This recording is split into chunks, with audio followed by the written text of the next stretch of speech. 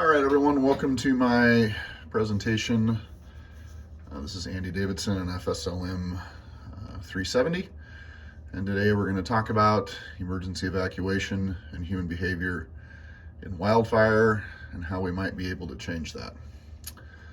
So our goals are to understand human behavior in relation to emergency evacuation warnings, determine positives and negatives of this behavior, and then draft a method to increase the percentage of evacuees in a disaster, and really particularly earlier in a disaster rather than later.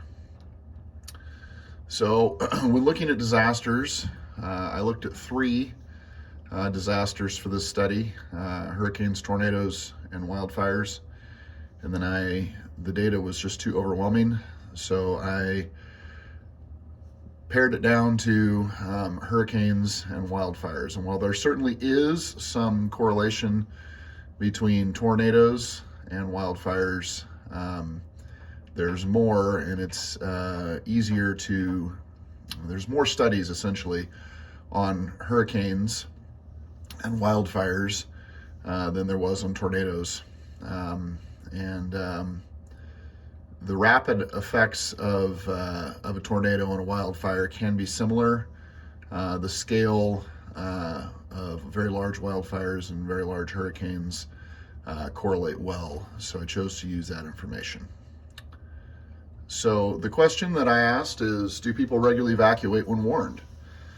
And the answers are very broad. It's yes, they do, and no, they don't.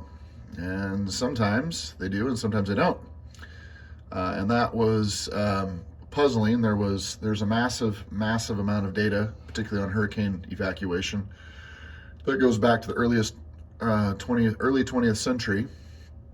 And really what we determined is that there are the rates of evacuation vary widely depending on a large number of variables. So when comparing evacuation rates during hurricanes and wildfires, the highest evacuation percentages are during hurricanes, except during really the most devastating wildfires, and we'll discuss that a little bit in the future here shortly. Large numbers of people do not evacuate at all during hurricanes or wildfires. That was another thing that was striking, and again, that depends on a variety of factors. So the factors affecting evacuation, both in wildfires and hurricanes, are general preparedness of the individual or the family group, the person's own observation as to what the dangers are, and that varies widely. And particularly when we talk about wildfires in the western United States, there's a rugged individualistic component that differs from other parts of the country, and a lot of people are just apt to make their own decision rather than trust what someone else says, particularly the government. And that is the case in the Intermountain West. There's overtones of distrust for what other people say in general, specifically the government, and people are going to make their own decisions. So another factor is, what is the previous experience with the disaster type? So some people have had certain experiences and have weathered those experiences without any issue. Anecdotally, I have some cousins who live in Tampa, and they don't evacuate for hurricanes. They just hunker down. And that has served them well for 50 years, over multiple generations of the family. So they do that. Other times, you'll have people who have had a negative experience with this disaster, whatever the disaster type is, and they're very, very quick to evacuate. So animal and livestock ownership has an effect on evacuation. Age, interestingly enough, older people are less likely to evacuate than younger people. Some of that goes to lack of resources and mobility, but also there's a certain amount of that traditional American individualism of, we can handle this. So increasing severity of the incident. So when we look at point number 2 there, people's own observations, as the severity of the incident increases, they are more likely to choose evacuation. And then I already alluded to this one, but how much do they trust the government and authorities? So that is That's across the board. The more people place trust in government and authorities, the more likely they are to evacuate. So rates vary widely. And again, data going back to the 1950s, actually before the 1950s, all the way to the 1930s, shows that hurricane evacuation rates vary anywhere between 4 and 97%. So there's less wildfire data available than there is hurricane data, but the range is 25 to 97 plus percent. Some areas have greater than 97% evacuation, but that is only in the most absolutely dire of scenarios. And I want to make a definition, a clarification here that fleeing before an impending disaster is not necessarily an evacuation. Typically, wildfire evacuation across the American West does not exceed 60%, plus or minus a few percentage points, 58, 64, somewhere in there. It typically does not exceed 60%. Again, unless it is an absolute conflagration. So fleeing is not evacuation. Evacuation, with the idea with evacuation would be it would be more orderly, and it would be done before the disaster is directly upon us and people can be well safe. And for fleeing in front of the disaster, that is not evacuation. So causes for increase in evacuations, again, would be own observations and previous experiences. So if whatever that trigger point, everybody has a trigger point where they say, we can't handle this, we need to leave. Particularly, so I'm just talking about wildfires here, when we go from that 60% standard up to into the 80s and 90s percentiles, that is based usually on their own observation and previous experiences.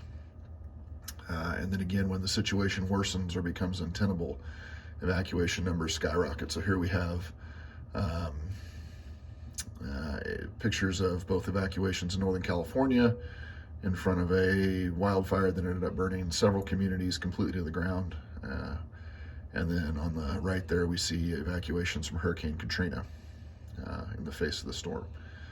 So the pluses and minuses of this behavior. So the plus is sometimes people correct, and they can ride out the problem. So, anecdotally, here in north central Washington, we have a family called the Gebbers. The Gebbers own massive amount of land in both Douglas and Okanagan counties, and they regularly will actually fight fires alongside the DNR and Forest Service and local fire districts. They have significant resources, and they're used to this problem, and they can handle it. So another plus is not everybody leaving when the evacuation order comes out can spread out the evacuation, and that can actually alleviate some of the traffic concerns. And then again, referencing the Gebbers or my family in Tampa as anecdotal examples, you have individuals or small groups that are extremely resilient and they're able to take care of themselves, and that relieves the need for public assistance. So the minuses are sometimes they're wrong, and they can't handle whatever the problem coming is, or they can't weather it or ride it out. And then that ends up being an extremely negative addition to an already growing problem. Everybody having the same trigger points can cause a bottleneck in traffic. You have a potential for mass fleeing, which causes no end of headache, and then that actually inhibits emergency services work and can cause an increase in the potential for property loss and even death. So what is currently in place, talking about evacuation planning? And I focused here, I pared it down from hurricanes and wildfires to just wildfires, because that's really going to be the focus of my proposal. And we have in place from the International Association of Fire Chiefs the Ready, Set, Go initiative, which is a great program. It essentially says that a level 1 Evacuation means everybody in the affected area should get ready. They should know the danger, and they should gather what they need to leave. Level 2, or at least plan. Level 2 is make plans, pack up, leave at any moment. So we're basically on the starting blocks of the set. And then 3 is go immediately. So very, very simple, and it's a great program because of its simplicity. The Forest Service has a similar evacuation they call level 1, level 2, level 3.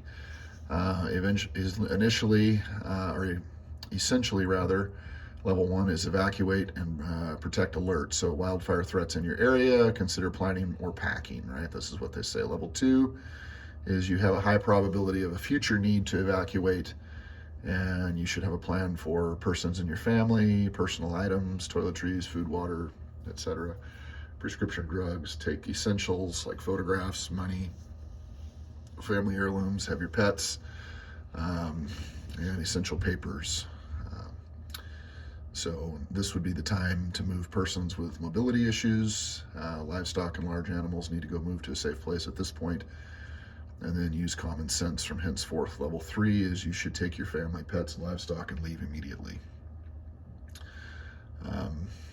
So they're a little more in depth than the IAFC, but again, it's a great guideline.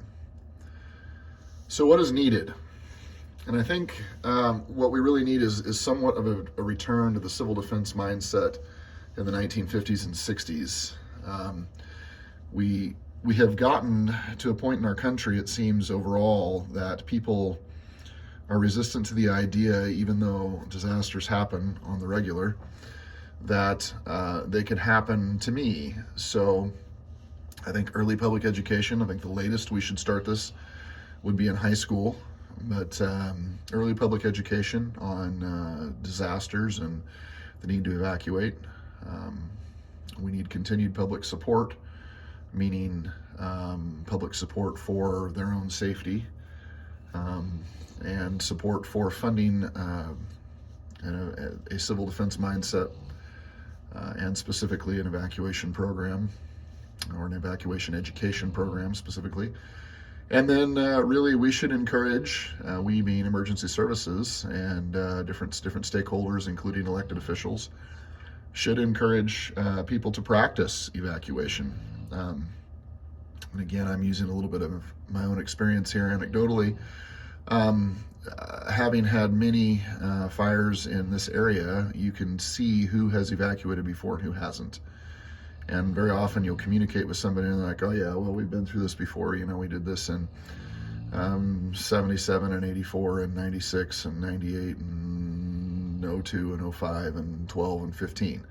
Well, their family's well prepared, right? They've had generations of having to do this. And then someone else will move from somewhere else, and they're in the, oh my gosh, what do we do stage, which is very different from the first person that I talked to. So we need to encourage practice. Really needing to evacuate your home and facing that is an extremely daunting idea, and it needs to be dealt with and thought of ahead of time, not in the moment. In the moment, it's too late, really. So the proposal that I would propose is really a regional evacuation program. And I say regional, I think there needs to be a national stint, but that's outside, or a national push. That's really outside the scope of this class and the assignment. But having a regional evacuation program, start with public education in the high schools at the very latest. I'm not an educator, but it seems like when we start talking about what do we need to adult, to use a modern term, this would be an appropriate time to speak to that. Then we need to educate through frequent mailers to at-risk populations. We need to have liaisons between certain organizations and the community. We need continued adult education and really a marketing program. An example of one would be fire-adapted communities and the FireWise program. And they have this evacuation built into their education already, but I think a greater emphasis would be necessary. And then really a community practice. And I think that people should be encouraged to practice on a regular basis, perhaps even setting aside, a day or days where people can practice or encouraged to practice, just like we do a tsunami practice or, evacuation, things like that. To practice getting ready to evacuate. Ideal situation would be you would have state and federal program placing emphasis on certain high hazard areas across the country. And then, of course, with that state and federal program would come state and federal funding, which is one of the barriers. So essential partners in Washington State and in most states, the county sheriffs are responsible for evacuation.